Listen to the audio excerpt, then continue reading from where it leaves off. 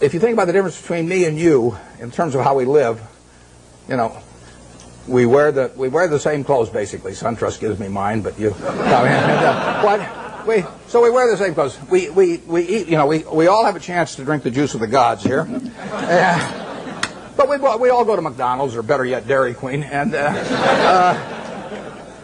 we live in a house that's warm in winter and cool in summer, and we watch Nebraska, Texas A&M on a big screen. You see it the same way I see it. We do everything. Our lives aren't that different.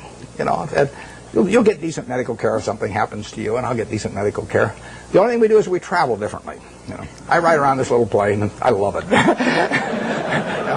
And that takes money. But if you leave that aside, we travel differently. But other than travel, I think about it. Think, what can I do that you can't do?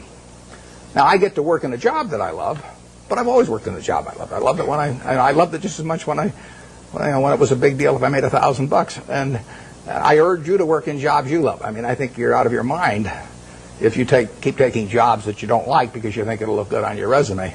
I was with a fellow at Harvard the other day who was taking me over to talk, and he was 28, and he was telling me what he'd done in life, which was terrific. And then I said, "What are you going to do next?" And he said, "Well," he said, "after I get out my MBA," he said, "I think maybe I ought to go to work for a management consulting firm because it'll look good on my resume." And I said, "Wait a second, you've been 28, you've been doing all these things. You've got a resume that's 10 times as good as anybody I've ever seen it already."